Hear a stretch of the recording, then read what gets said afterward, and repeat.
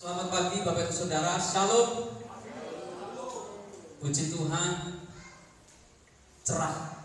Tadi agak semliut, tapi sekarang Tuhan berikan cuaca yang cerah. Baik Bapak Ibu Saudara yang dikasihi Tuhan, pada pagi hari ini kita akan bersama-sama belajar masih tetap dalam kitab Efesus, surat Efesus pasal yang keempat ayat 11. Saya mengajak Bapak Saudara membuka Alkitab kita. 2 minggu yang lalu kita bahas ini. Efesus pasal yang keempat, ayatnya ayat yang ke-11 sampai dengan ayat yang ke-14.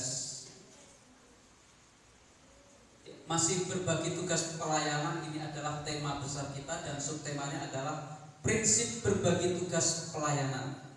Saya akan membacakan untuk Bapak Ibu Saudara. Silakan Bapak Ibu Saudara menyimak dalam Alkitab maupun dalam Android Bapak Ibu Saudara. Demikian firman Tuhan dari kitab Efesus pasal yang keempat ayat 11 sampai dengan ayat 14. Dan ialah yang memberikan baik rasul-rasul maupun nabi-nabi, baik pemberita-pemberita Injil maupun gembala-gembala dan pengajar-pengajar, untuk memperlengkapi orang-orang kudus bagi pekerjaan pelayanan, bagi pembangunan tubuh Kristus, sampai kita semua telah mencapai kesatuan iman dan pengetahuan yang benar tentang anak Allah, kedewasaan penuh dan tingkat pertumbuhan yang sesuai dengan kepenuhan Kristus. Ayat 14. Sehingga kita bukan lagi anak-anak yang diombang-ambingkan oleh rupa-rupa angin pengajaran, oleh permainan palsu manusia dalam kelicikan mereka yang menyesatkan. Surat Rasul Paulus kepada jemaat yang di Efesus dengan tujuan supaya jemaat itu memiliki kesatuan hati. Meskipun berbagai macam, meskipun berbeda-beda karunia yang dimiliki, tetapi nasihat Rasul Paulus, perbedaan karunia itu justru yang seharusnya menjadi kesatuan bagi gereja. Karena setiap orang itu memiliki karunia yang berbeda-beda, tentu tidak bisa kita menuntut satu hal yang sama. Tetapi Rasul Paulus memberikan pengajaran satu yang menjadi kesamaan, bahwa semua itu dilakukan, semua itu dikerjakan meskipun berbeda-beda, satu tujuannya, yaitu untuk apa? Tubuh Kristus. Artinya itu dilakukan untuk melayani Tuhan. Dan satu hal yang seharusnya menjadi komitmen, ini yang juga menjadi satu tujuan di dalam pelayanan, yaitu untuk menyenangkan hati Tuhan. Nah Bapak Ibu Saudara yang dikasihi Tuhan, saya akan mengajak Bapak Ibu Saudara melihat, berbicara tentang prinsip, prinsip berbagi tugas pelayanan. Apa itu prinsip? Dari kamus besar Bapak Ibu Saudara bahasa Indonesia, prinsip itu adalah asas atau kebenaran yang menjadi pokok berpikir, bertindak dan sebagainya. Atau bisa juga dikatakan bahwa prinsip ini adalah dasarnya. Jadi apa yang dimaksud dengan prinsip berbagi tugas pelayanan? Ada kebenaran yang menjadi pokok berpikir. Kebenaran itu adalah hal yang mendasar, itu adalah dasar dari berbagai macam tugas pelayanan, rupa-rupa karunia, tapi satu tubuh. Dasarnya adalah pelayanan untuk melayani Tuhan. Kalau kita berbicara ini adalah kebenaran, itu menjadi pola pikir Bapak Ibu Saudara. Ini sesungguhnya bisa mencakup semua aspek kehidupan, bukan hanya sebatas pelayanan. Tapi saya mengajak Bapak Ibu Saudara melihat dalam keluarga ada prinsipnya. Di dalam membangun keluarga, saudara, kenapa sering terjadi crash antara suami istri? Kenapa sering terjadi selisih paham antara suami istri? Salah satu faktor yang menyebabkan itu adalah prinsip. Betul enggak Bapak Ibu Saudara? Setiap orang memiliki prinsip masing-masing dan berusaha mempertahankan prinsip. Dulu saya waktu masih bujang, masih single, punya prinsip yang sangat kuat. Saya percaya istri saya dulu sebelum menikah dengan saya juga punya prinsip yang kuat. Tetapi ketika sudah dipersatukan Tuhan, prinsip dia punya, prinsip saya punya. Masalah keuangan dia punya prinsip, saya juga punya prinsip. Betul ya? Masalah waktu dia punya prinsip, saya punya prinsip.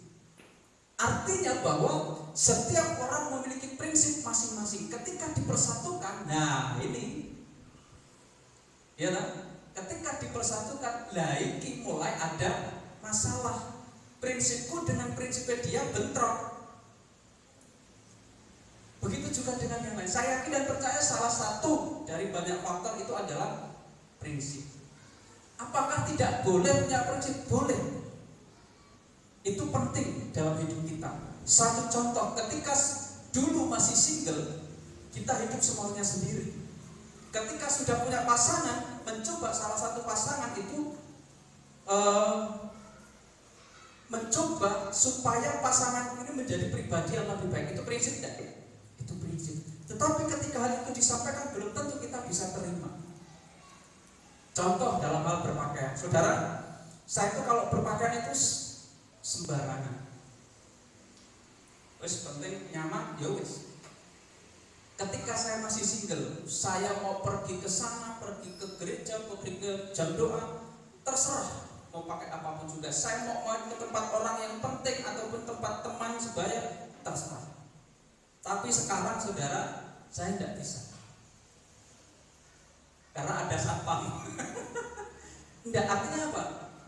Itu menjadi kekuatan yang merubah saya. Harus bisa menempatkan di mana kamu berada. Berpakaianlah yang pantas.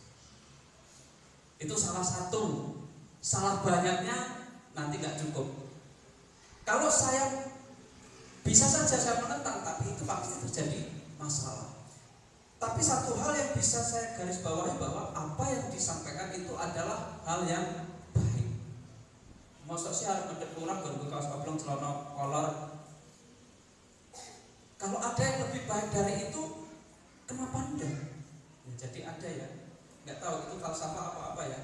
Ajining diri soko busono. Terus apa lagi? Saya tidak begitu hafal ya. Artinya apa? Orang itu bisa dihargai melalui pakaian yang dipakai, yang dikenakan. Mungkin itu salah satunya ya, salah banyaknya enggak tahu.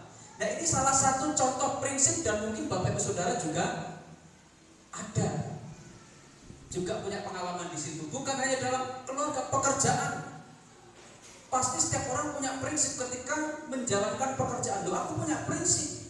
Ketika ada aturan ya prinsip yang harus tak pegang, aku harus patuh terhadap aturan. Atau prinsipku harus tak langgar aturan itu. Itu prinsip, sama-sama prinsip, hanya keliru atau tidak. Bermasyarakat punya prinsip harusnya kita. Boleh nggak kita bermasyarakat? Wajib, harus. Tapi kita juga punya prinsip. Mana yang lebih prioritas itu juga harus dipikirkan. Bahkan sampai ke pengambilan keputusan. Banyak faktor, termasuk juga di dalam pelayanan itu sangat pengaruh. Bagaimana prinsip kita di dalam pelayanan? Apakah pelayanan kita kepada Tuhan yang biasa-biasa saja, atau kita memaksimalkan potensi memberi yang terbaik kepada Tuhan? Karena yang kita layani adalah Tuhan. Ini berbicara prinsip Bapak Ibu Saudara. Lalu melalui Efesus 4 ayat 11 sampai 14 memberikan dua hal penting yang mendasar untuk dapat berbagi tugas pelayanan. Berbagi tugas pelayanan itu pun juga adalah prinsip. Coba bayangkan saudara, kalau semua itu dilayani pendeta, khotbah pendeta, main musik pendeta, singer pendeta, leader pendeta, terus apa lagi? Mengedarkan kantong persembahan pendeta, doa syafaat pendeta, among tamu pendeta. Kira-kira apa? Jemaat akan mikir, apa orang enek wong liya gitu, kan gitu kan? Satu itu, kedua, apa ya gak ono jemaat yang hatinya punya panggilan untuk pelayanan, kan gitu. Maka bersyukurlah kalau kita semua di sini terlibat dalam pelayanan. Karena apa? kita sedang melakukan dan menjalankan ini. Berbagi tugas dalam melayani itu penting Bapak Ibu Saudara. Dulu waktu saya masih di Tulungagung Bapak Ibu Saudara, nah itu memang rada ngabei kecuali persembahan yang ada. Main musik ya saya, khotbah ya saya, doa syafaat ya saya, terus apalagi semuanya kecuali persembahan karena saya main musik jadi tidak bisa. Kalau saya seperti itu terus gimana Bapak Saudara? Saudara nyawang kok kosong gitu, kok ora wong liya, kok ora percaya tentang wong liya kan akan gitu. Nah, ini merupakan prinsip Bapak Ibu Saudara. Berbagi tugas pelayanan, memberikan, dan ini hal yang sangat penting bagi kita. Berbagi tugas pelayanan. Kita akan lihat bagian yang pertama. Apa yang Bapak Ibu Saudara lihat di sini? Ini ada apa yang tukang borong itu, borong bangunan apa namanya? Apa Pak? Kontraktor, ya. Ada kontraktor, terus sampingnya ini satpam atau polisi, keamanan, yes, keamanan ya. Sampingnya dokter, siapa yang mau jadi dokter? Saya telat dan tidak bisa.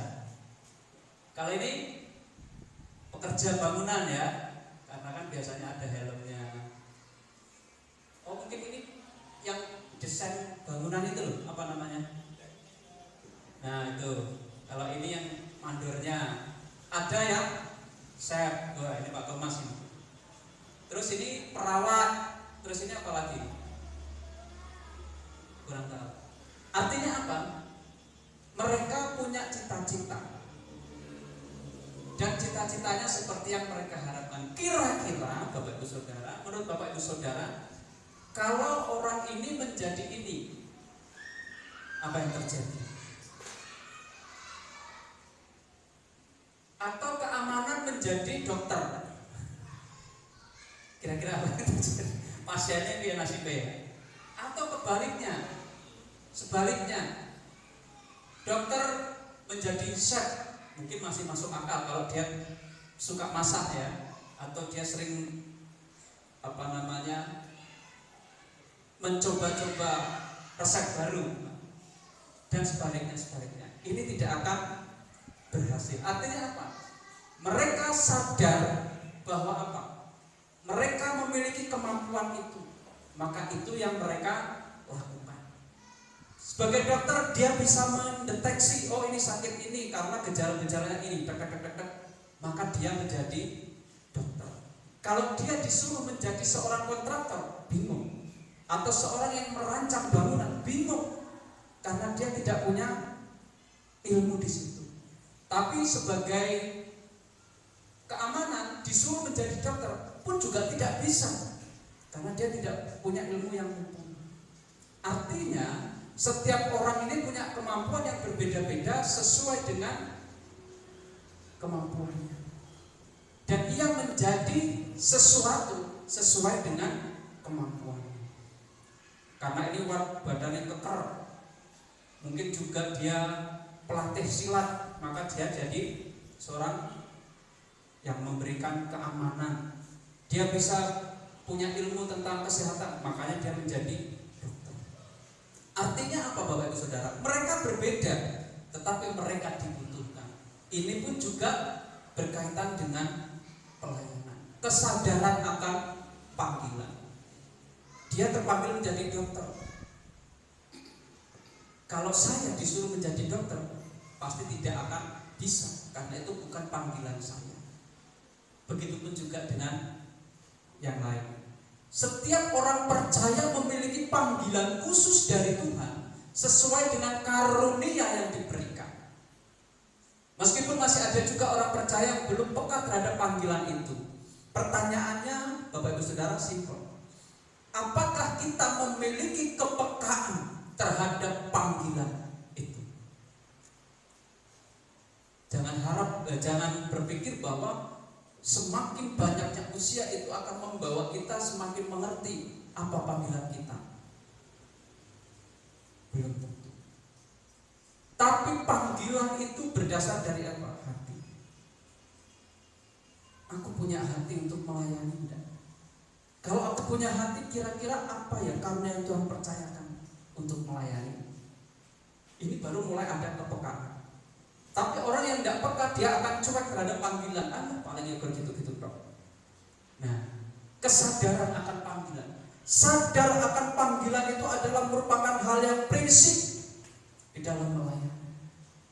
Makanya melayani itu nggak bisa dipaksakan, Bapak Ibu Saudara.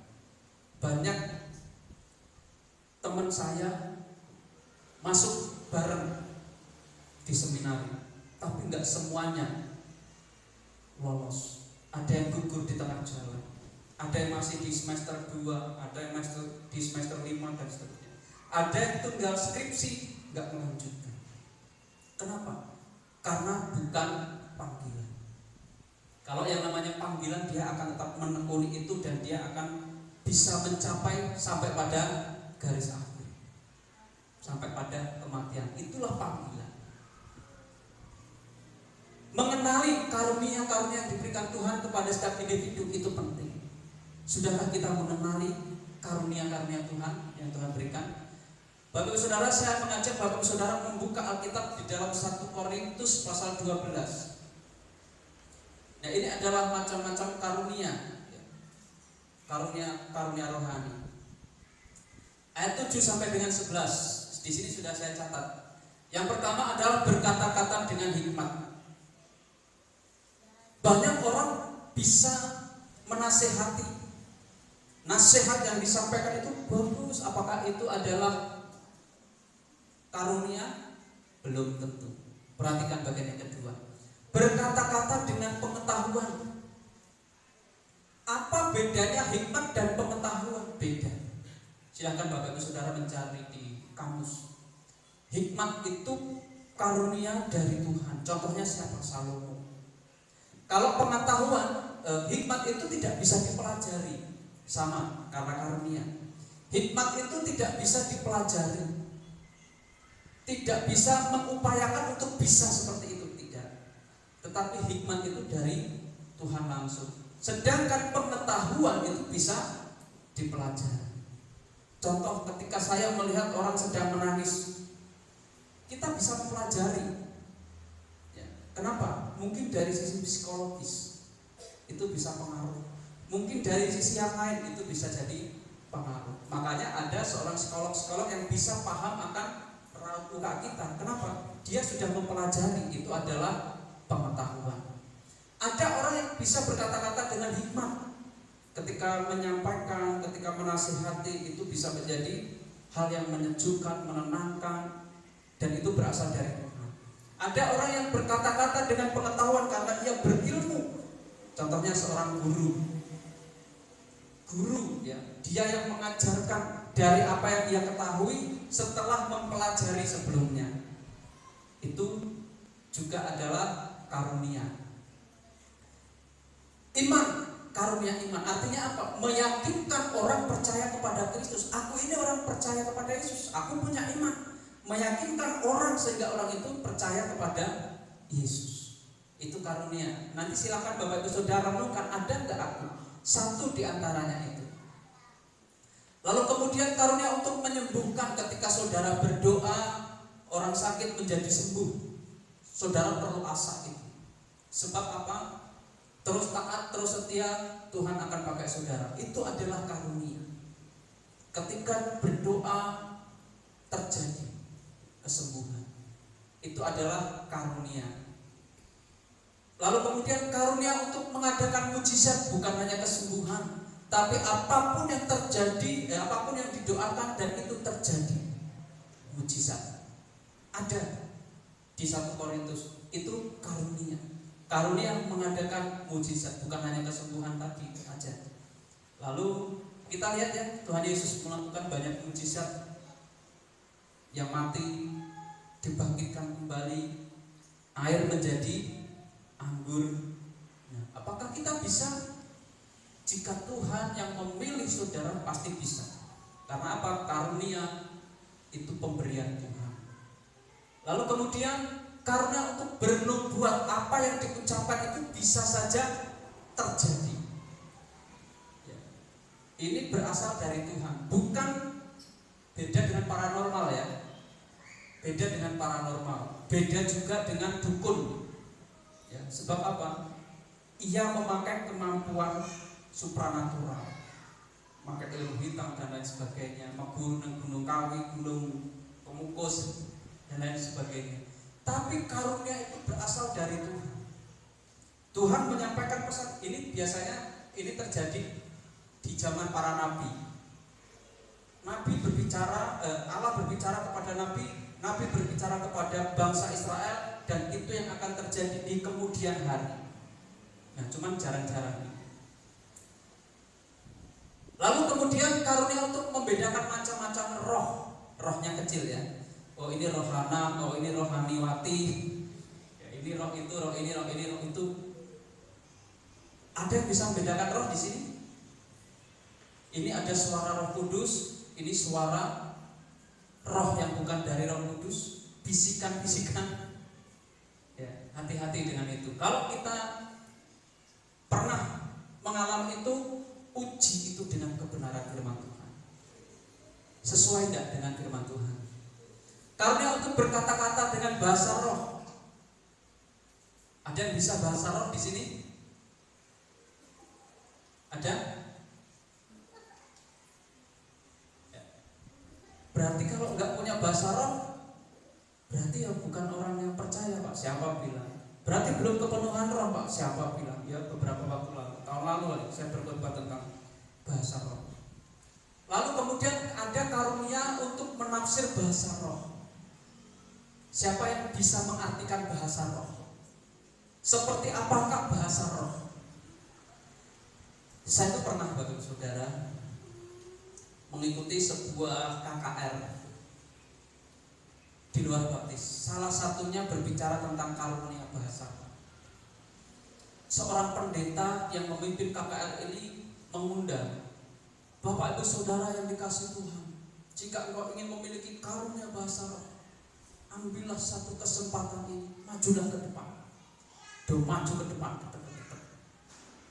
Saya mikir, bahasa roh, oke lah, tak lihat, saya tidak maju. Ketika itu konselornya datang, ayo doakan mereka supaya mereka mendapat bahasa roh. Mereka berdoa, yuk sampaikan, pujilah Tuhan, sembah Tuhan, penyembah Tuhan, dan lain sebagainya. Ayo transfer bahasa rohmu. Dah, saya makin kok kayak duit banget transfer kan itu. Bahasa roh kok ditransfer. Lalu saya bandingkan firman Tuhan, karunia itu dari Tuhan, bukan dibagi-bagikan kepada sesama. Nah kalau karunia bahasa roh itu dibagikan, aku dari bahasa roh, gue tak kayak iya. Nah apa dia Tuhan? Akhirnya saya mikir, oh ini penyesatan ini saudara. Kalau saudara menemukan hal itu, saudara hati-hati. Bahasa roh itu tidak dibagikan, tidak ditransferkan, tetapi Tuhan yang memberikan sendiri. Di Kisah Para Rasul mereka menggunakan bahasa-bahasa. Apakah bahasa roh itu seperti itu? Nah itu juga yang menjadi pertanyaan, masa kok bahasa roh seperti itu? Akhirnya kan timbul keraguan-keraguan, bahasa roh kok suaranya seperti itu. Dan anehnya ada yang bisa mengartikan enggak? Perhatikan di sini saudara. Hati-hati kalau Bapak Ibu Saudara mungkin bisa bahasa roh lebih baik dipergunakan secara pribadi, tidak dengan umum. Bukan saya antipati dengan bahasa roh, tetapi kalau bahasa roh itu saudara lakukan dan gak ada yang bisa mengartikan, sia-sia aja. Sia-sia. Apa gunanya bahasa roh? Bahasa roh itu adalah digunakan supaya apa? Mereka menjadi berkat. Lebih baik bahasa Jawa saya ngerti, bahasa Indonesia orang lain ngerti lah, aku sedang mendoakan dia, berkati Tuhan, berkati masa depannya, berkati orang lain tahu, mengaminkan. Saya tidak akan ngerti, blak ini doa apa? Ya toh, arep mengaminkan lah, ngerti artinya kan gitu toh. Nah makanya ada juga karunia untuk menafsir bahasa roh. Kalau ada yang punya karunia, silahkan berbahasa roh. Setidaknya ada yang menolong mengartikan. Oh ini sedang berdoa ini. Oh, ini sedang berdoa ini. Nah, Bapak Ibu Saudaraku yang dikasih Tuhan, hal ini adalah penting bagi kita. Sadar akan panggilan. Kita bisa mengenali karunia-karunia sehingga dengan karunia yang kita miliki itu kita bisa memiliki satu kesadaran. Panggilan Allah itu perlu kita sikapi. Yuk, yang punya karunia, layani Tuhan dengan karunia. Salah satu dari sekian banyak karunia, Bapak Ibu Saudara. Ada karunia mengajar di dalam, bukan di ayat ini, di perikop yang berbeda. Ada karunia yang lain. Lakukan, kerjakan itu untuk kemuliaan Tuhan. Nanti kita akan bahas lebih jauh, Bapak Ibu Saudara. Selain daripada mengenali karunia-karunia yang diberikan Tuhan, bagian B, mencari menemukan peran pelayanan sesuai dengan panggilan. Tadi melanjutkan. Kalau sudah menemukan, oh ini karuniaku, aku punya karunia mengajar, aku punya karunia untuk mendoakan, aku punya karunia untuk melakukan mujizat yang dari Tuhan, gunakan. Tujuannya apa? Nama Tuhan dimuliakan, nama Tuhan dikenal, banyak orang datang dan percaya kepada Tuhan Yesus. Itu tujuannya, bukan untuk hal lain. Cari dan temukan peran pelayanan yang sesuai dengan panggilan. Ketika saudara menyadari akan karunia yang saudara miliki, lakukan itu, kerjakan itu untuk melayani Tuhan. Nah, temukan peran pelayanan yang sesuai dengan karunia dan talenta. Ini talenta mulai muncul karena antara talenta dan karunia ini berbeda. Karunia ini pemberian Tuhan, talenta itu bisa dipelajari, musik, terus kemudian apa lagi? Belajar musik, bermain musik, singer, leader, itu kemampuan, kelebihan yang Tuhan berikan. Itu talenta, bisa dipelajari. Temukan peran pelayanan yang sesuai dengan karunia dan talenta yang Tuhan percayakan, dan tidak perlu memaksakan diri untuk melayani pada area yang bukan bidangnya. Maaf. Tidak perlu memaksakan diri. Contohnya ini tadi. Jangan memaksakan diri untuk menjadi ini, sebab tidak akan bisa. Jangan memaksakan diri dari ini menjadi ini, karena tidak akan bisa. Layanilah Tuhan dengan porsimu, dengan karuniamu, dengan talentamu. Aku raiso ngopo-ngopo Pak, isoku nyapu. Saudara bisa bantu Mbak Yati. Tadi pagi ya Mbak Yoko bantu-bantu. Aku nggak bisa doa syafaat Pak, bisanya apa? Aku bisa among tamu yang betang lakukan. Aku bisa nyanyi Pak, jadilah singer. Aku bisa memimpin acara Pak, jadilah leader. Aku bisa berkhotbah Pak, jadilah pengkhotbah. Loh, enak kan? Dari Rabu itu tidak selalu saya, jadwal duanya. Dan ada programnya ya Mbak Lisa, mana Mbak Lisa? Ada programnya ya, rekrutmen. Nah ini Bapak Saudara, ada kesempatan bagi Bapak Saudara. Gak perlu memaksakan diri. Kalau tidak bisa ya jangan lakukan. Masih ada di bidang yang lain. Saudara bisa menyampaikan ke saya, Pak, saya kok tidak bisa ya di bidang ini. Bisanya ini, oke, nanti dijadwal ulang. Gitu ya. Kemarin ada yang datang, Pak, saya bisa di bidang ini. Ya yang bisa apa besok dijadwal. Yang penting kan hatinya mau melayani. Itu yang paling penting, saudara. Aplikasinya, Bapak Saudara, gunakanlah setiap karunia yang Tuhan percayakan untuk melayaninya, agar nama Yesus semakin tersebar dan banyak orang percaya serta mengikut Dia. Intinya di situ, saudara. Karunia, talenta yang saudara miliki, tujuannya nama Yesus semakin tersebar dan banyak orang percaya kepada Yesus. Inilah visi yang seharusnya muncul, saudara. Makanya ini mendukung sekali. Kemudian yang kedua, Bapak Ibu Saudara, selain daripada kesadaran akan panggilan, dua hal prinsip yang harus ada supaya bisa berbagi tugas pelayanan. Yang kedua adalah ya, kita sedikit berpikir. Kita sedikit menafsirkan dari apa yang kita lihat ini. Hiduplah seperti akar, ikhlas memberikan segalanya meski kadang sang pohon tak pernah melihatnya. Puitis ya, puitis sekali. Hiduplah seperti akar, ikhlas memberikan segalanya meski kadang sang pohon tak pernah melihatnya. Yang kedua adalah kerendahan hati dalam melayani. Kita bisa membuka kitab kita dalam kitab Filipi, Bapak Ibu Saudara.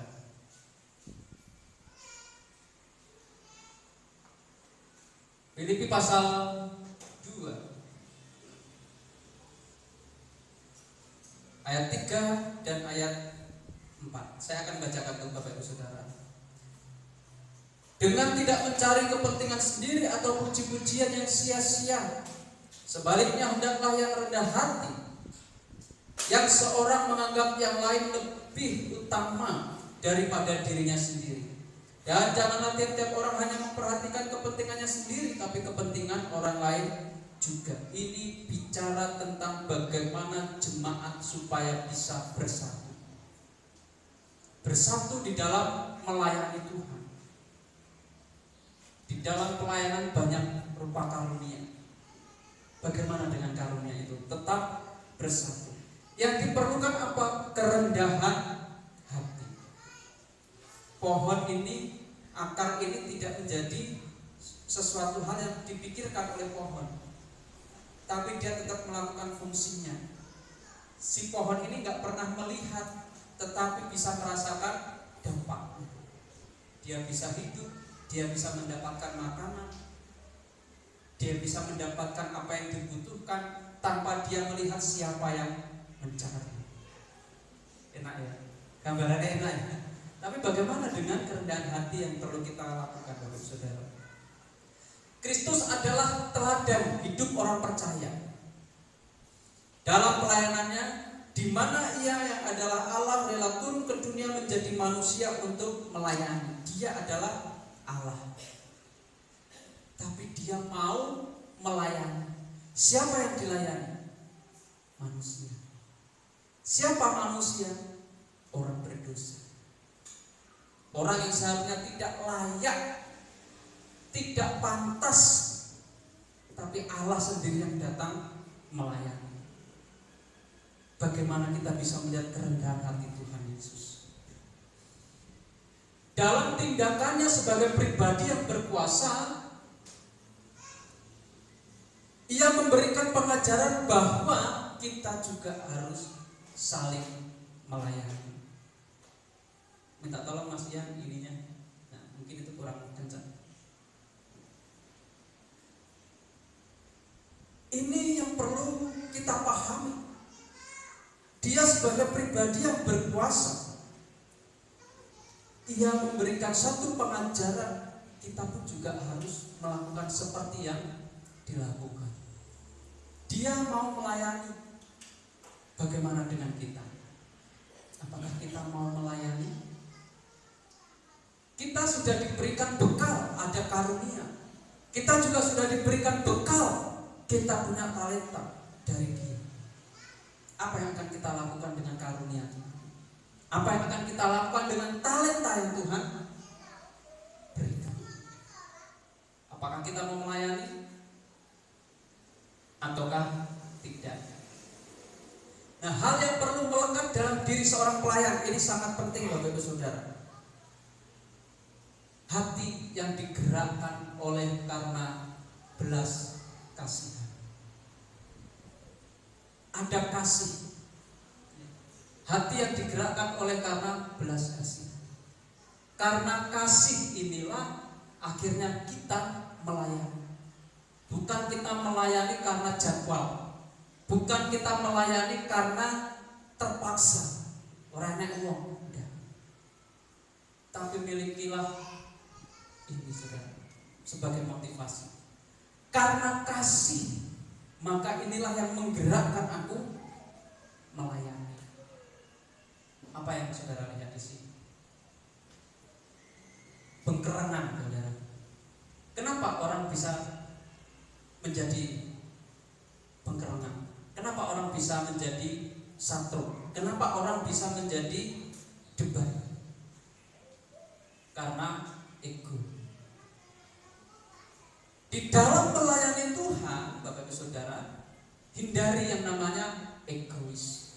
Sebab apa? Segala puji, hormat, kemuliaan selayaknya dipersembahkan kepada Tuhan Yesus sebagai pribadi yang kita layani. Singkirkan ego. Apakah ego itu? Bapak Ibu Saudara, nanti kita akan bisa melihat di sini. Terkadang ego inilah yang menghambat kita akhirnya apa? Tergerak untuk melayani. Akhirnya ini mempengaruhi kasih kita kepada Tuhan dan kasih kepada sesama. Satu contoh Bapak Ibu Saudara, lihat tetanggamu kanan kirimu, mereka yang sudah lama tidak beribadah. Sudahkah hatimu tergerak melayani dengan kasih? Sekarang saudara boleh melihat jemaat yang sudah lama tidak bergereja. Sudahkah saudara melayaninya dengan kasih? Saudara, ini yang perlu kita bangun, saudara. Kepedulian itu kita kurang. Artinya kita kurang peduli kepada saudara kita yang lain. Lebih mengutamakan ego. Yang penting aku nang gereja, yang penting keluargaku nang gereja. Wong liya ora nang gereja wis terserah aku urusan dhewe. Ini masih ego. Tapi bagaimana kita bisa mengalahkan ego? Kita bisa berpikir piye caranya supaya dia bisa bergereja. Saudara punya talenta, pakai talenta untuk membawanya bisa ke gereja. Bapak Ibu Saudara yang dikasih Tuhan, kita tidak tahu apa yang terjadi. Dulu sebelum saya tahu Mbak Yoto, Bapak Ibu Saudara, kok jarang banget berangkat. Kenapa? Saya datangi, kadang terlambat bisnya karena nggak ada yang mengantar. Ini, saudara, adakah hati yang tergerak untuk sampai berpikir ke sana untuk melayani? Lalu saya sampaikan kepada istri, kita jemput. Lalu siapa lagi? Dulu saya keliling, termasuk ada Pak Slamet, termasuk juga ada Bu Mira, gitu ya. Termasuk juga saya tawarkan untuk Bu Nita. Saya keliling. Karena apa? Kasih, saudara. Saya melihat mereka itu membutuhkan. Apakah aku hanya tinggal diam saja? Tergerak atau tidak hati kita terhadap itu semua? Nah, apakah kita melayani hanya ingin mencari ini? Apakah mencari ini pujian, kehormatan, atau kemuliaan supaya orang-orang menyanjung-nyanjung, wah si A hebat, si B hebat? Tidak, saudara. Ketika saudara melayani bukan karena itu, tapi karena persembahkan itu kepada Yesus. Ini Tuhan yang bisa ku persembahkan. Aku ra iso berdoa. Saudara menjemput orang-orang yang berhalangan hadir karena transportasi, itu pelayanan. Apakah itu bagian yang hina? Pelayanan tidak ada yang hina. Pengkhotbah, pengedarkan persembahan, antar jemput jemaat, semua sama di hadapan Tuhan. Yang membedakan apa? Hatimu, motivasimu, itu yang membedakan. Siap untuk menghindari ego? Siap Bapak Ibu Saudara?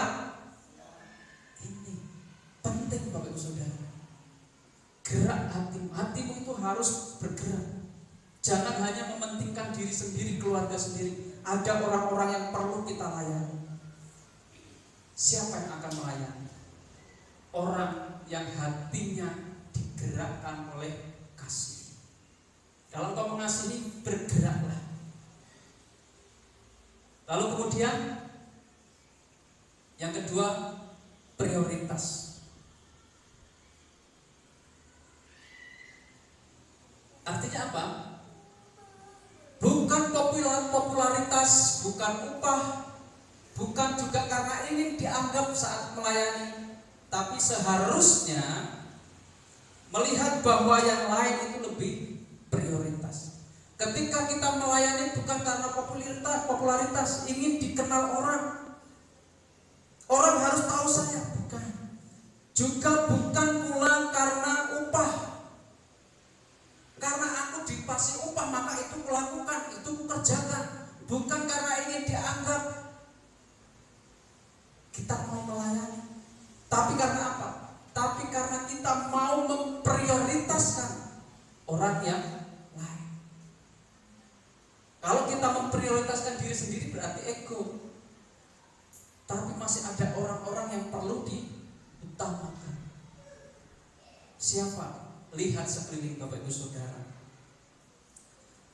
Layanilah Tuhan Allahmu dengan segenap hati yang terpanggil menjadi hambanya,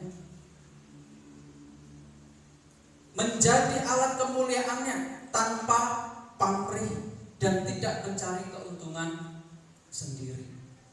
Bapak Ibu Saudara, ketika kita melayani, janganlah kita melayani oleh karena pamrih. Aku mau melayani kalau Tuhan mau melakukan ini. Justru ketika aku melayani karena Tuhan melakukan ini padamu. Tadi sempat disinggung sama Mbak Lisa. Hizkia itu meminta dipanjangkan usianya, kira-kira karena pamrih apa karena apa? Tadi ada ya di pelajaran ya, ini di dewasa, di pemuda, tidak tahu kalau di yang lain. Lalu kami berdiskusi, masa pamrih sih? Dan lain sebagainya. Kalau menurutku itu suatu permohonan doa yang disampaikan sehingga Tuhan mengabulkan. Lalu ada yang menyampaikan kalau menurutku itu pamrih, nah dan lain sebagainya. Diskusi ya bebas, enak lah kalau diskusi. Iso ayal-ayalan orang yo, ora ini sebenarnya kabeh bener, wis tergantung penafsiranmu kan gitu. Nah, Bapak Ibu Saudara, penting di situ. Apakah yang kita lakukan itu hanya karena upah? Justru ini seharusnya salah, saudara. Justru karena itu kita itu sebenarnya harus diopai sih. Tapi terkadang respon kita terhadap apa yang Tuhan berikan itu yang lemot, yang lambat. Kita sudah diberikan anugerah, kita sudah diberikan kasih karunia, kita sudah diberikan keselamatan. Nah, apa yang kita lakukan dari keselamatan yang sudah Tuhan berikan? Dan kesimpulannya Bapak Ibu, aplikasinya, layanilah Tuhan Allahmu dengan hati yang terpanggil menjadi hambanya, menjadi alat kemuliaan tanpa pamrih dan tidak mencari keuntungan diri.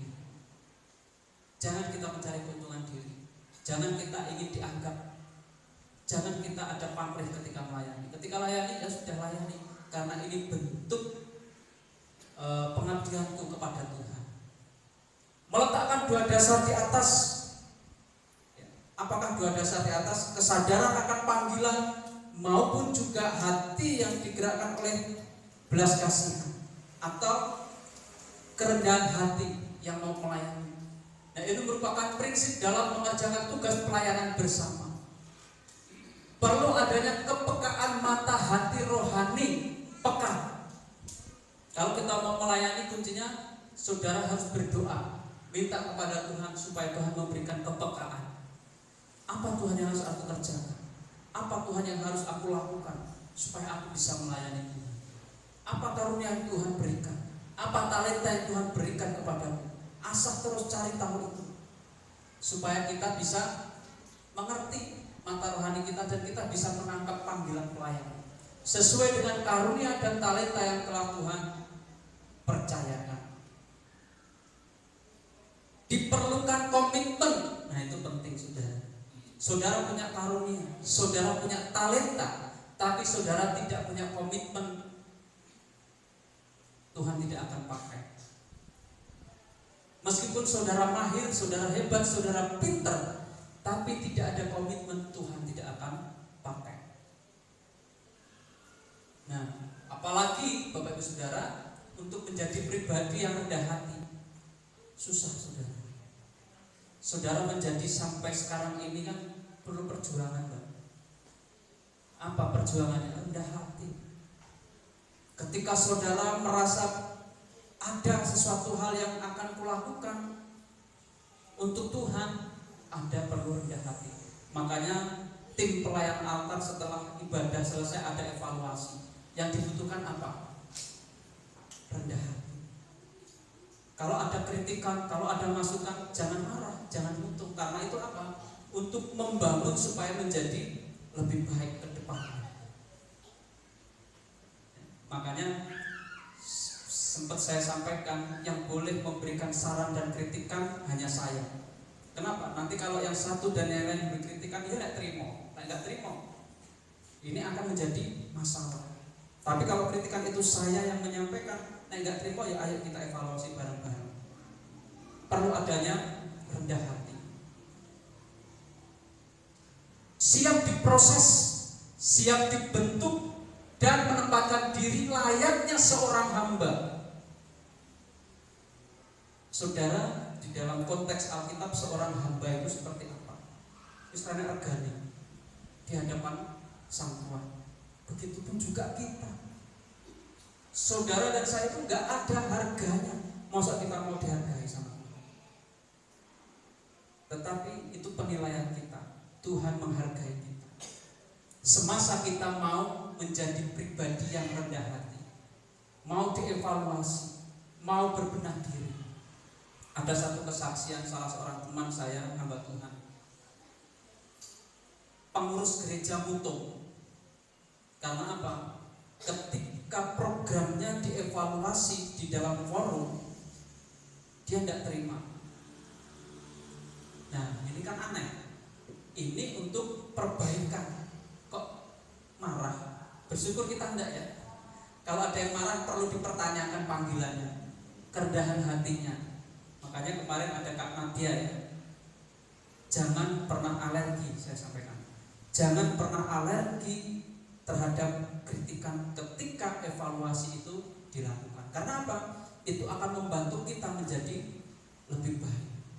Juga kemarin di panitia Natal saya sampaikan juga, jangan alergi terhadap evaluasi, kritikan. Karena apa? Itu yang membangun untuk menjadi yang lebih baik. Nah, Bapak Ibu Saudara, ini yang diperlukan. Komitmen itu penting, dan juga kerendahan hati itu terpenting di dalam melayani Tuhan. Semuanya, baik pemimpin maupun anggota, semua harus ada komitmen dan kerendahan hati. Nah, Bapak Ibu Saudara dikasih Tuhan, inilah prinsip berbagi tugas pelayanan yang harus kita lakukan. Satu catatan yang paling mendasar kalau kita lupa, perlu rendah hati. Untuk apa? Bisa melayani Tuhan, bisa berbagi tugas pelayanan, sadar akan panggilan. Kita sadar bahwa apa yang ada pada kita itu adalah sebuah panggilan. Ada kerendahan hati di dalam melayani. Jangan marah, jangan tersinggung, jangan mutung ketika dievaluasi, ketika dikritik. Sebab apa? Sebab itulah yang akan menjadikan kita pribadi yang lebih baik. Pelayanan akan semakin lebih baik, pelayanan akan semakin berkualitas. Karena apa? Kritikan. Tanpa kritikan, saudara, maka tidak akan menjadi lebih baik dan biasa-biasa saja. Amin. Begitupun juga Bapak Ibu Saudara dan saya, ketika kita melayani, jangan kita alergi terhadap kritikan, tetapi justru melalui kritikan kita bisa menjadi pribadi yang lebih baik. Tapi satu hal yang menjadi catatan berkaitan dengan kritikan, kritikan dengan menjatuhkan itu berbeda. Apa arti kritikan? Kritikan itu memberikan saran, tapi dia juga memberikan solusi. Ketika ada kesalahan, ini diarahkan, oh ini salah, seharusnya ada langkah-langkah yang dilakukan seperti ini. Jadi ada sesuatu yang menyadarkan kesalahan, tetapi juga dia menyampaikan solusinya, itu kritikan. Tetapi kalau dia hanya menyampaikan sesuatu hal yang ini loh kesalahanmu dan lain sebagainya, itu bukan kritikan. Itu bukan kritikan, tetapi itu adalah penilaian, dan itu bukan kategori kritikan. Nah, Bapak Ibu Saudara yang dikasihi Tuhan, kiranya firman Tuhan ini memberkati Bapak Ibu Saudara, kita semua menjadi pribadi-pribadi yang militan di dalam pelayanan. Kita juga bisa bersama-sama bergandengan tangan untuk melayani. Kita bisa berbagi tugas pelayanan. Gereja kita ini ada banyak pelayanan, termasuk juga di sini ada gembala-gembala mojang. Gembala mojang ini adalah kepanjangan tangan dari gembala sidang. Gembala mojang ini adalah gembala yang melayani kelompok mojang. Dialah gembalamu di dalam kelompok mojang. Jadi inilah yang disebut juga berbagi tugas pelayanan. Jadi pelayanan itu tidak dipegang hanya satu kepemimpinan saja, bukan hanya dipimpin oleh gembala saja, tetapi ada pribadi-pribadi yang lain yang juga memiliki tugas penggembalaan yang sama. Jadi Bapak Ibu Saudara dikasih Tuhan, prinsip di dalam pelayanan harus ada, dan itu harus melekat di dalam diri kita. Nah, baik Bapak Ibu Saudara dikasih Tuhan, kita akan meresponi firman Tuhan ini bersama-sama dengan satu pujian dari buku NP nomor 181. Biarlah pujian ini bukan hanya sekedar pujian yang kita nyanyikan, tetapi ini adalah satu komitmen kita. Ini adalah satu keputusan kita ketika kita melayani Tuhan. Ya Yesusku berjanji, kita akan nyanyikan. Bait yang pertama kita akan nyanyikan bersama-sama, bait kedua dinyanyikan oleh wanita, bait yang ketiga nanti dinyanyikan oleh pria, bait yang keempat dinyanyikan bersama-sama. Untuk refrennya, udah ada refrennya. Jadi bait satu bersama-sama, bait dua wanita, bait tiga pria, bait empat bersama-sama kita akan nyanyikan bersama-sama. Kita akan berdiri, Bapak Ibu Saudara, kita akan responi firman Tuhan dengan pujian Ya Yesus ku berjanji.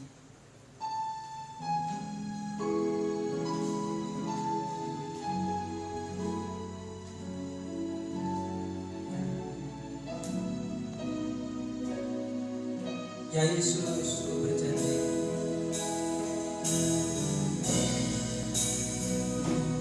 Ya Yesus ku berjanji,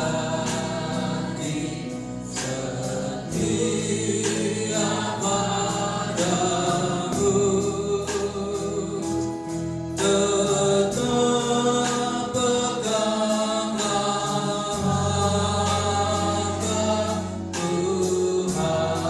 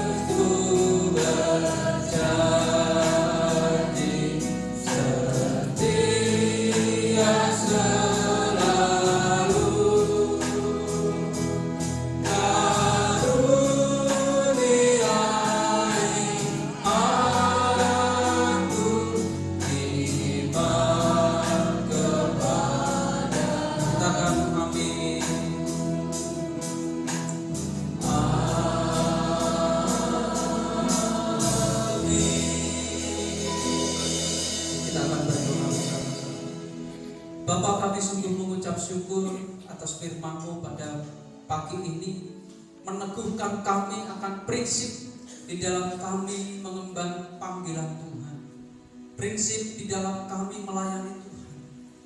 Baik itu kami memiliki kesadaran akan panggilan maupun juga kerendahan hati. Biarlah Tuhan sematkan itu di dalam hati kami sebagai orang-orang yang sudah Tuhan panggil untuk melayani Tuhan. Tuhan Yesus, terima kasih. Engkau sudah mengajarkan kami, Engkau sudah mengingatkan kami, dan Engkau sudah menegur kami, menyatakan apa yang harus kami lakukan di dalam hidup ini sebagai orang-orang sudah Tuhan panggil untuk melayani.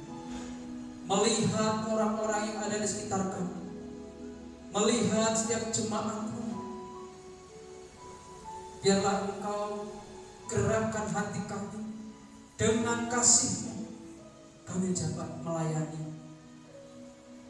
sesama kami.